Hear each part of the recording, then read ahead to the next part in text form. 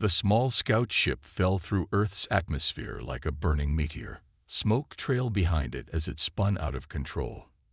Inside, Ilara gripped her seat as alarms blared around her. The blue-skinned alien girl knew she was in serious trouble. Systems failing. Crash landing imminent. The ship's computer announced in a calm voice that did not match the chaos. Ilara's mission had been simple: observe the isolated forests of the northern region of the planet called Earth. The Lumari fleet sent scouts to study primitive worlds from a safe distance. No one was supposed to know she was here. No one was supposed to see her. Attempt course correction, she said through gritted teeth, her amber eyes fixed on the controls that flickered before her. The ship did not respond. The magnetic anomaly had damaged too many systems. Ilara had never encountered anything like it in her training. Now she was paying the price for venturing too close to this strange blue planet. Trees rushed up to meet her as the scout ship broke through the clouds. Ilara pulled hard on the emergency controls, trying to level out the descent. The ship slowed slightly but continued its downward path. The forest canopy shattered as metal tore through branches. The impact threw Ilara against her restraints. Pain shot through her chest and left leg. The view screen cracked, then went dark. Sparks flew from the control panel as the ship skidded across the forest floor, tearing a long gash in the earth. When the ship finally stopped, silence fell. Only the soft hiss of broken pipes and the occasional spark from damaged wiring broke the quiet. Ilara hung in her seat, blood dripping from a cut on her forehead. Her breathing came in short, painful gasps. "Damage assessment," she whispered, but the computer did not answer. It was dead, like most of the ship's systems. Ilara tried to move and cry out as pain flared in her left leg. Looking down, she could see it was bent at an unnatural angle. Broken, definitely. Her medical training told her she needed to set it, but first she had to free herself. With shaking hands, she released her restraints and fell forward onto the control panel. The effort cost her consciousness for several minutes. When she came to, the reality of her situation became clear. She was stranded on a primitive planet. Her communication array was destroyed. Her leg was broken. The ship's emergency beacon was offline. The Lumari fleet wouldn't notice she was missing for at least 2 standard weeks, as scout ships often went silent during delicate observations. "Help will not come," she said to herself, her voice eerily calm. Ilara knew the rules. Contact with pre-spacefaring civilizations was strictly forbidden. Even if she could somehow reach the humans, doing so would violate the most basic protocols of her people. She would be an outcast, possibly even imprisoned upon return, if she returned at all. Night fell as Ilara drifted in and out of consciousness inside the broken ship. The forest around her grew dark, and strange sounds echoed through the trees. Earth creatures, going about their lives, unaware that a visitor from the stars lay wounded in their midst. "I will survive this," Ilara whispered to herself as she pulled an emergency medical kit from under her seat. "I must survive this." But as she looked at the meager supplies and felt the throbbing pain in her leg, doubt crept into her mind. She was alone on a dangerous world, with no way to call for help. For the first time in her life, Ilara felt true fear. The night grew colder, and somewhere in the distance, a wolf howled. 3 days passed since the crash. Ilara had not moved far from her broken ship. Her blue skin was pale and dry. She needed water. The small supply from the emergency kit was gone, and her leg hurt too much to search for more. The morning sun filtered through the trees as Ilara forced herself to crawl outside. She had fashioned a rough splint for her broken leg using metal pieces from the ship and strips of her uniform. It helped with the pain, but walking was impossible. "Must find water," she mumbled, her throat dry and scratchy. She dragged herself along the forest floor, inch by painful inch. Her long fingers dug into the dirt, pulling her weight forward. The sounds of the forest surrounded her, birds calling, insects buzzing, and sometimes larger animals moving through the trees. Each new sound made her freeze in fear. After an hour of painful crawling, Ilara found a small stream. The water looked clear enough. She tested it with a device from her medical kit, and it showed no dangerous chemicals. With shaking hands, she cupped the cool water and brought it to her lips. "Thank the stars," she whispered as the water soothed her parched throat. Ilara knew she needed to think about long-term survival. Her ship's power cells were damaged but not completely dead. If she could fix the communicator, she might send a weak signal to any Lumeri ships that happened to pass near this system. It was a small hope, but better than nothing. She filled a container with water and began the slow journey back to her ship. The sun was high overhead now, warming her cold limbs. Earth's gravity was stronger than her home world, making every movement more difficult. Halfway back, Ilara heard a sound that made her blood freeze. A low growl came from the bushes to her right. She turned her head slowly and saw a large animal watching her. It had thick brown fur and sharp teeth. An earth predator. "Stay back," she said softly, knowing the animal couldn't understand her words, but hoping her tone might help. The creature, a bear, though Ilara didn't know this, seemed curious rather than hungry. It sniffed the air, catching her strange alien scent. After a long, tense moment, it turned and disappeared back into the forest. Ilara let out the breath she had been holding. "Too close," she muttered. When she finally reached her ship again, exhaustion overcame her. She curled up inside the broken vessel, sipping water carefully to make it last. Night was coming, and with it the cold. Her species was not built for cold temperatures. She pulled emergency blankets around her body and tried to activate the ship's heating system. It sputtered to life briefly, then died again. "No, no, no," Ilara said, hitting the control panel in frustration. This earned her nothing but sore knuckles. As darkness fell, her thoughts turned to home. To the gleaming cities of Lumerus, with their tall, crystal spires reaching toward the stars. To her family, who would soon learn their daughter was missing. To the life she had left behind to become a scout. Tears formed in her large amber eyes. On her world, crying was rare and save for deep grief. But here, alone and in pain, she let the tears fall. "I do not want to die here," she whispered to the empty ship. "Not alone on this strange world." The night grew colder. Ilara's breathing became shallow as her body tried to conserve energy. She knew that without proper medical care, her broken leg might never heal correctly. Without food, her strength would continue to fade. Without rescue, her chances of survival grew slimmer each day. As she drifted into an uneasy sleep, Ilara wondered if anyone would ever find her body, or if she would simply become another mystery of the forest, a strange blue-skinned creature that future humans might discover and wonder about. But fate had other plans for the alien girl, plans that would begin to unfold with the coming dawn. Mark Reed woke before dawn, as he did every day. The forest ranger pulled on his worn boots and heavy jacket, then stepped outside his small cabin. The air was crisp and cold, his breath forming small clouds in front of his face.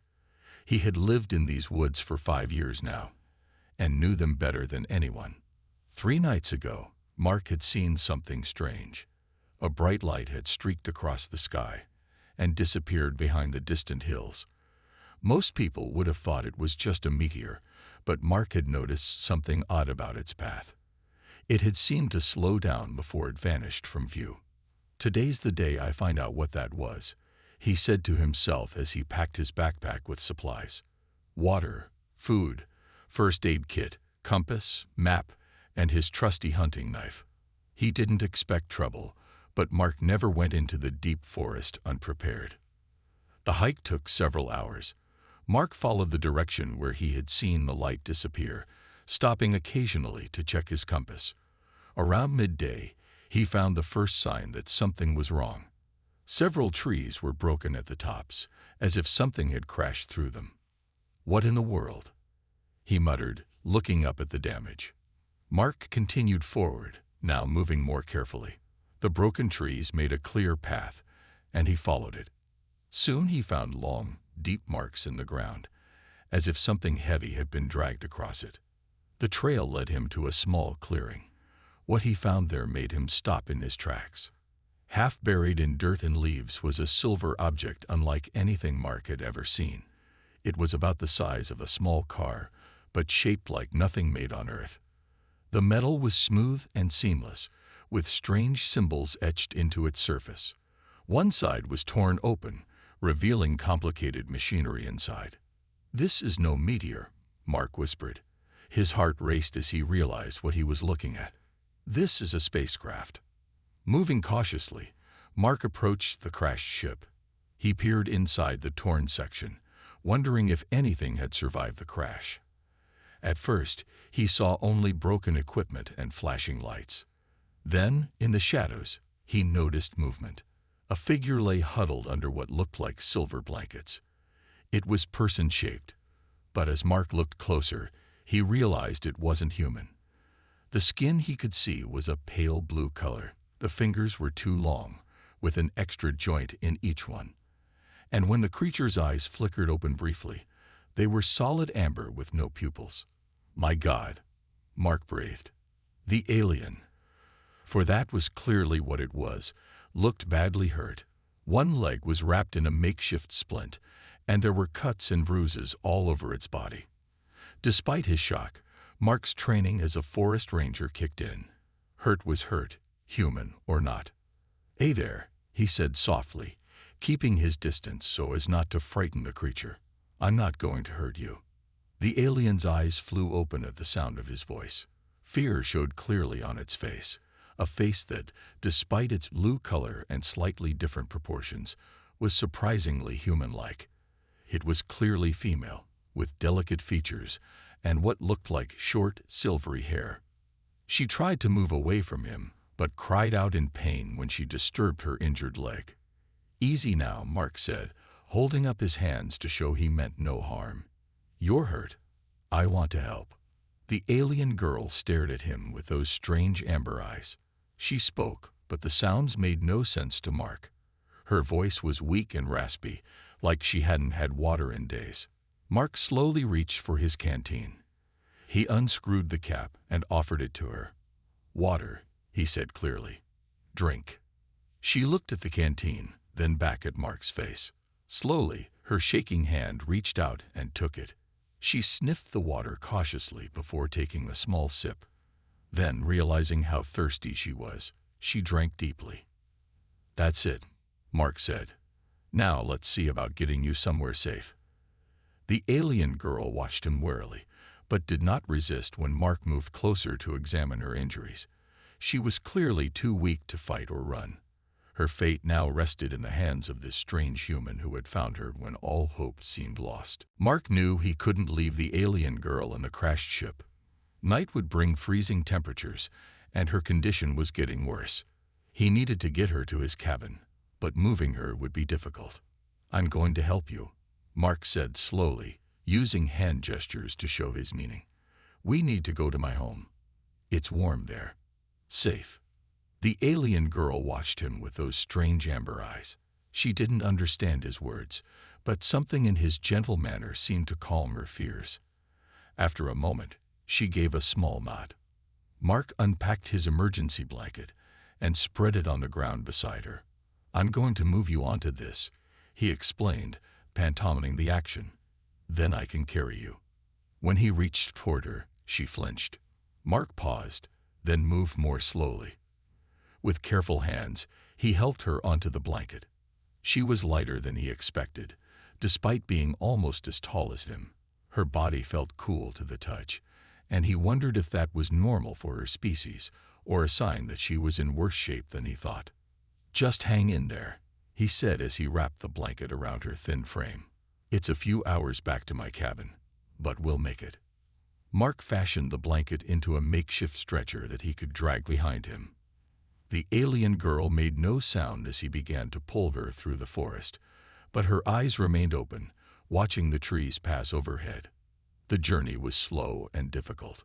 Mark had to stop often to rest and check on his unusual patient. He offered her water, which she accepted gratefully. Once, he tried to give her a granola bar, but she sniffed it, and turned away. "Not a fan of oats, huh?" Mark said with a small smile. "Don't worry, I've got other food at home." As they traveled, Mark kept talking in a low, calm voice. He didn't think she understood him, but the sound seemed to soothe her. "Never thought I'd be rescuing an alien when I woke up this morning," he said as they crossed a small stream. "Wait till the guys at the ranger station hear about this." Then he paused, thinking, "Actually, maybe I shouldn't tell anyone about you just yet. No telling how people might react." The sun was setting by the time Mark's cabin came into view. It was a simple wooden structure, isolated deep in the forest. No neighbors for miles. Perfect for hiding someone who wasn't from this world. "Home sweet home," Mark said, pulling the stretcher up to his front door. "Let's get you inside and warmed up." The cabin was basic but comfortable, with a main room that served as kitchen and living space, plus a small bedroom and bathroom. A wood stove in the center provided heat. Mark cleared off his couch and gently lifted the alien girl onto it. In the better light of the cabin, he could see her more clearly. Her blue skin had a slight shimmer to it. Her face was shaped like a human's, but with higher cheekbones and no eyebrows. The silvery hair on her head was actually more like fine threads that moved slightly on their own. "You're not from around here, are you?" Mark said with a nervous laugh. He started a fire in the wood stove and heated some water. Using his first aid kit, he began to clean her wounds. The alien girl watched his every move but didn't resist as he worked. Her broken leg concerned him the most. The makeshift splint she had created wasn't bad, but it needed to be better secured. "I'm no doctor," Mark admitted as he wrapped fresh bandages around her leg. "But I've handled my share of injuries in the woods. This should help until we figure out what to do next." When he finished, Mark covered her with a warm blanket. Her eyes were heavy now, exhaustion taking over. Before she fell asleep, she reached out one long-fingered hand and touched Mark's arm, a small gesture of thanks that needed no translation. "Rest now," Mark said softly. "You're safe here." As the alien girl drifted into sleep, Mark sat in a chair nearby, wondering what strange twist of fate had brought this being from another world into his care. A week passed since Mark brought the alien girl to his cabin. Her recovery was slow, but steady. The color returned to her blue skin, and she was able to sit up on her own. The broken leg remained a problem, but the swelling had gone down.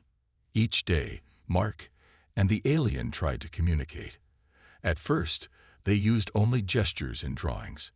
Mark would point to an object and say its name. The alien would listen carefully, then repeat the word in her musical voice. "Water," Mark said one morning, holding up a glass. "Water," she repeated, her accent making the word sound new and strange. "Good," Mark smiled. "And this is food." He pointed to a plate of simple eggs and toast. "Food," she said, then added a word in her own language that Mark couldn't begin to pronounce. This became their routine. Mark would teach her English words, and she would teach him words from her language. Neither became fluent in the other's speech, but they built a simple vocabulary they both understood. On the 10th day, as they sat by the fire, the alien girl pointed to herself and said clearly, "Ilara." "Ilara," Mark repeated. "That's your name." She nodded. "Name." "Ilara." Then she pointed to him with a questioning look. "Mark," he said, touching his chest. "My name is Mark." "Mark," she repeated, and for the first time she smiled.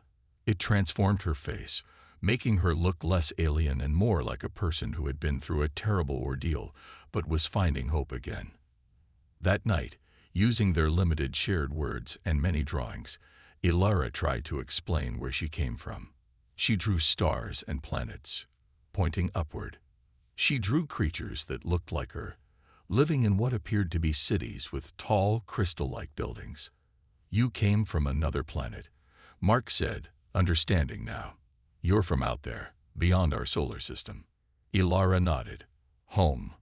Far." She made a gesture with her hands to show great distance. "How did you get here? Why did you crash?"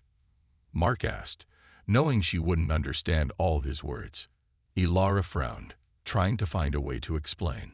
She drew her ship, then made a zigzag motion with her finger, followed by drawing what looked like waves or fields. Something interfered with your ship, Mark guessed. Some kind of field or energy. Yes, she said, one of the English words she had learned quickly. Bad. Ship broke. And no one knows you're here, Mark said, more to himself than to her. No one is coming to find you. Ilara seemed to understand his meaning. Her amber eyes grew sad, and she shook her head slowly. No come. Alone. Mark reached out and gently touched her hand. It was a simple gesture of comfort, but it seemed to mean a lot to Ilara. She looked at their hands, then back at his face. Not alone, Mark said firmly. You have me now. That night, as Ilara slept on the couch and Mark lay in his bed, he thought about what it meant to help her. He had kept her presence a secret so far, telling no one at the ranger station about his finding. Part of him knew he should report this to someone.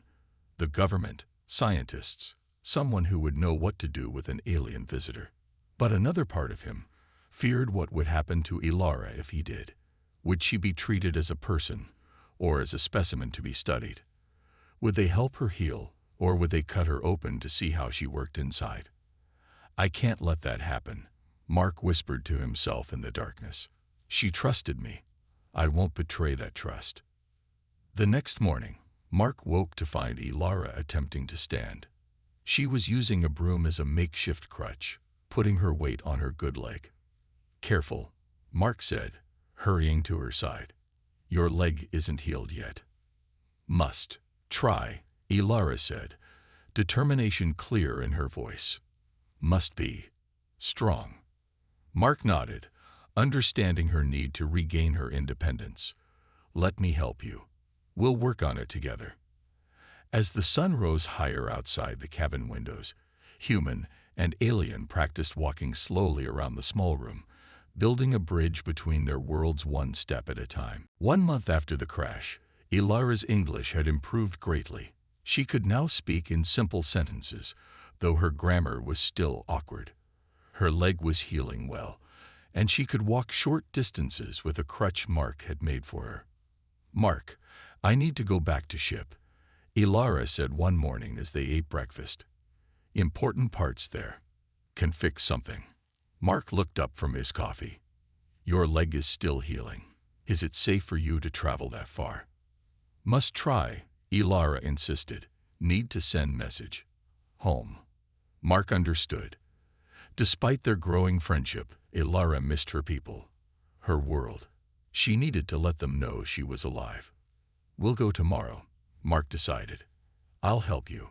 The journey to the crash site took longer than before. Ilara moved slowly with her crutch, and they had to rest often. By midday, they reached the silver ship, now partly covered with leaves and dirt. Wait here, Ilara said. She hobbled into the broken vessel while Mark kept watch outside. Inside the ship, Ilara searched through the damaged systems. Most were beyond repair, but the emergency beacon was only partially damaged. If she could fix it and connect it to the remaining power cells, she might be able to send a simple signal. Her long fingers worked quickly, connecting wires and adjusting small components. Hours passed as Mark waited patiently outside. Occasionally he would check on her, bringing water or asking if she needed help. As the sun began to set, Ilara emerged from the ship. In her hands, she carried a small device made from parts of her ship's equipment. It had a small screen and several buttons. What is that? Mark asked. Message sender, Ilara explained. Very weak. Signal take long time to reach home. Maybe years. Years? Mark was shocked. Your people are that far away. Ilara nodded. Space big. Light take time. They walked back to the cabin in silence, each lost in thought. Mark realized that even if Ilara sent her message today, it might be years before anyone came to rescue her. Years that she would spend on Earth, with him. That night, Ilara placed the device on the cabin's roof, pointing it at a specific section of the night sky. She pressed several buttons in sequence, and a small light began to blink. "Is working," she said as they watched from the ground. "Sending now." "What does the message say?" Mark asked. "Simple words. Lumari Scout alive. Crashed on Earth. Coordinates follow. Then numbers for this place." Mark looked up at the stars, trying to imagine Ilara's home somewhere among them. How long before they might come? Ilara's face grew sad. "Signal take 2 Earth years to reach home system. If they receive, maybe 1 more year to send ship." She looked at Mark. 3 years, maybe more. The reality of her situation settled over them. 3 years was a long time. Many things could happen in 3 years. "Well," Mark said finally, "I guess we better make you comfortable here then." Ilara's amber eyes studied his face. "You not mind? Alien living in your home?" Mark smiled. "You're not just alien anymore, Ilara. You're my friend." The word friend seemed to touch Ilara deeply. On her world, relationships formed slowly over many years. Yet here, in this strange place, she had found someone who accepted her completely after just a month. "Thank you, Mark," she said softly, "for saving my life." In the days that followed, they established a new routine. Mark continued his work as a forest ranger, while Ilara stayed in the cabin, learning more English from books Mark brought her. She was a quick study, absorbing new knowledge eagerly. When Mark returned each evening, Ilara would share what she had learned. Sometimes she would tell him about her world, describing the twin suns that rose each morning or the floating cities where her people lived. "Someday," she told him, "maybe you see my world too." Mark didn't know if that was possible, but he liked the idea. 2 beings from different planets, sharing their worlds with each other. Each night, the small device on the roof continued to send its message into the vastness of space, a tiny voice calling across the stars. 2 years and 8 months passed since Ilara's crash. Life in the small cabin had fallen into a comfortable pattern. Ilara was now fluent in English, though her accent still gave her words a musical quality. Her broken leg had healed completely, leaving only a slight limp as a reminder of her crash. Mark had taken a new job that allowed him to work from home most days. This made it easier to keep Ilara's presence a secret. Together, they had expanded the cabin, adding a small room that became Ilara's private space. She had decorated it with strange crystals and plants from the forest that reminded her of home. "Do you think they got your message?" Mark asked one evening as they sat on the porch, watching the sunset. He had asked this question many times over the years, and Ilara's answer was always the same. "I believe so," she said. "The signal was weak, but clear. If anyone was listening, they would have heard it." What she didn't say was that she had grown comfortable on Earth. The thought of leaving now filled her with mixed feelings. She missed her home world, but this place, this cabin, this forest, this human, had become important to her. That night, as they slept, a soft humming sound filled the air above the forest. It grew louder, until it was enough to wake Mark from his sleep. He sat up, listening. It wasn't the sound of a helicopter or airplane. It was something different. "Ilara," he called, getting out of bed. "Do you hear that?" Ilara was already awake, standing by the window. Her blue skin seemed to glow in the moonlight, and her amber eyes were wide with recognition. "They came," she whispered. "My people came." Mark felt his heart sink, but he forced a smile. That's wonderful." They hurried outside just as a bright light appeared above the trees. It moved slowly, getting closer until it hovered directly over the clearing in front of the cabin. The light was coming from a ship much larger than Ilara's scout vessel. It was shaped like a perfect oval, with no visible windows or doors. "Lumari ship," Ilara said, her voice full of emotion. "A rescue vessel." A beam of soft blue light extended from the bottom of the ship to the ground. Within this beam, 3 figures slowly descended. They were similar to Ilara in appearance, tall, with blue skin and amber eyes. They wore silver uniforms that seemed to shimmer in the moonlight. Ilara stepped forward to meet them, speaking rapidly in her native language. The three visitors listened, occasionally glancing at Mark, who stood nervously by the cabin door. After several minutes, one of the visitors, taller than the others and clearly a leader, approached Mark. To his surprise, the alien spoke perfect English. "You are the human called Mark," he said. It wasn't a question. "Yes," Mark replied. "I am Captain Torin of the Lumari Exploration Fleet. Ilara has told us what you did for her." The captain's amber eyes studied Mark carefully. "Your actions were unexpected." "I just helped someone who needed help," Mark said simply. The captain turned to Ilara and spoke in their language. She replied, gesturing toward Mark and the cabin. The conversation went back and forth, becoming more intense. Finally, the captain nodded. "It seems," he said to Mark, "that our understanding of humans has been incomplete. We thought your kind too dangerous, too primitive for contact. Ilara's experience suggests otherwise." Mark didn't know how to respond to that, so he just waited. "We came to take Ilara home," the captain continued, "but she has made an unusual request. She wishes to stay as an official representative of our people, a first step toward wider contact between our worlds." Mark looked at Ilara in surprise. She smiled, a very human expression she had learned during her time on Earth. "If you agree," the captain said, "Ilara will remain here. Others will join her later, as we establish formal relations with your leaders." "And if I don't agree?" Mark asked. "Then she returns with us, and we continue to observe your world from a distance. The choice is yours." Mark looked at Ilara, at the home they had built together, at the strange visitors from another world. In that moment, he knew there was only one answer he could give. "She's welcome to stay," he said. "And so are you, if you want to learn more about us humans." The captain's expression didn't change, but he extended his hand in a clearly practiced human gesture of agreement.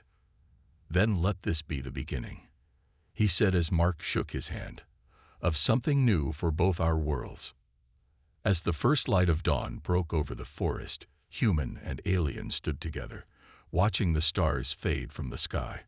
No longer unreachable, no longer separate, but connected by the simple act of one person helping another in need.